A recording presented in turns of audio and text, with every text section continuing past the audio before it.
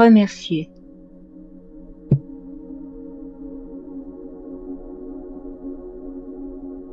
Vous marchez dans la rue et, sans raison précise, vous vous sentez soudain envahi par une sorte de dilatation qui rend votre pas plus léger.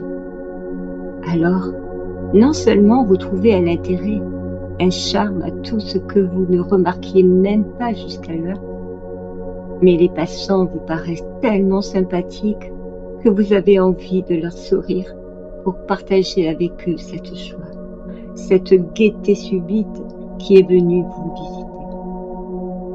N'en cherchez pas la cause, car la joie sans cause est la vraie joie, de même que la tristesse sans cause est la vraie tristesse. Je ne dis pas qu'on n'ait pas des raisons objectives d'être gai ou des raisons objectives d'être triste, mais la vraie gaieté est une disposition de l'âme qui, par-delà les difficultés, les obstacles et les chagrins, ressent la vie comme un don de Dieu et déborde de reconnaissance. Tandis que la vraie tristesse est une disposition psychique qui aveugle l'être à toutes les choses belles et bonnes, au point qu'il ne retient partout que des raisons de s'affliger. Si vous voulez recevoir souvent cette visite de la gaieté, cultivez la reconnaissance envers le Créateur, envers la nature et envers les humains. Alors, même si vous n'avez aucune raison de vous réjouir, la joie viendra vous prendre par surprise, comme lorsque des amis vous font la bonne surprise d'une visite inattendue.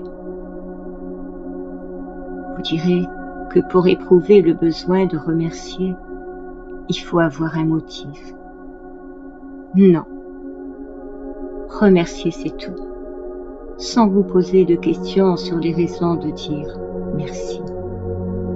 Si vous voulez éprouver cette joie sans cause qui donne à votre existence une saveur, une couleur, une lumière, apprenez à remercier aussi sans cause. Bien sûr, les raisons de remercier ne manquent pas.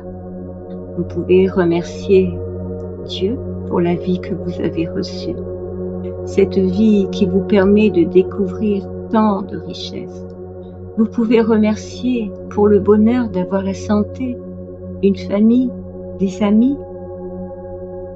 Et pensez aussi à toutes les mauvaises rencontres, à tous les accidents qui peuvent survenir dans une journée et auxquels vous avez échappé. Quand vous rentrez sain et sauf d'un trajet en voiture, par exemple, est-ce que vous pensez à remercier? Tant d'accidents peuvent survenir sur une route, et parfois, il s'en faut de si peu.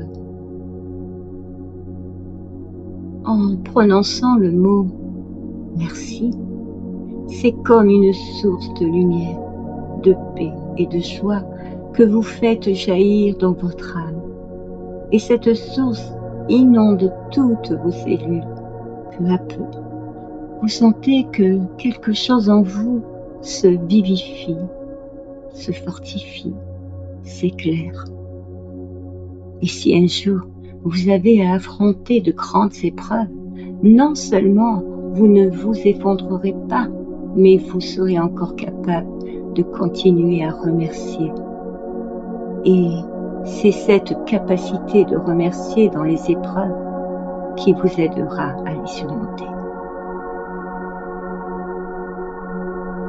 Combien de bonnes choses viennent d'un sentiment de reconnaissance et combien de mauvaises découlent d'une ingratitude. Car cela va très au-delà de ce sentiment que vous éprouvez à un moment donné. Dès l'instant où vous introduisez en vous un sentiment de reconnaissance et où vous l'entretenez pour le faire grandir, il ne se limite pas à exister passivement. À cause de la loi d'affinité, il attire par ses vibrations des impressions, des sensations qui lui ressemblent. Toutes les bénédictions vous viennent donc de cette petite chose. Un mouvement de gratitude.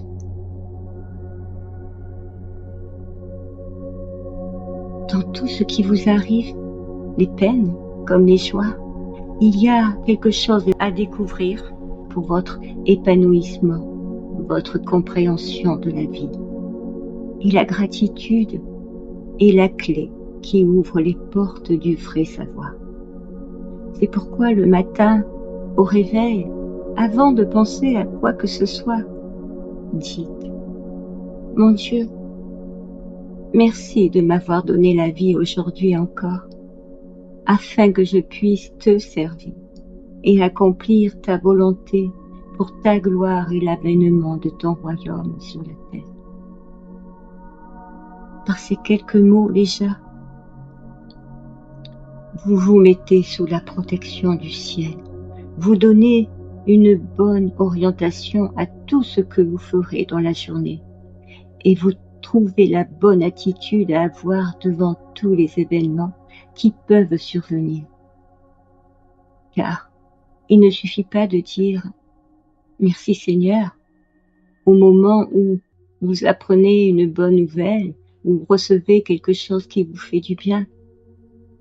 Partout et tout le temps, vous devez apprendre à remercier.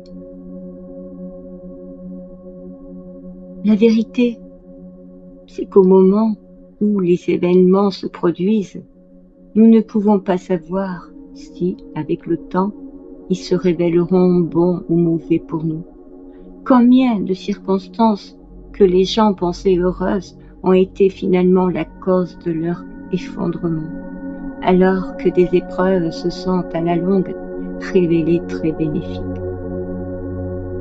Ce n'est pas dans l'instant que nous pouvons juger du bonheur ou du malheur. Pour se prononcer, il faut attendre les conséquences lointaines de chaque événement.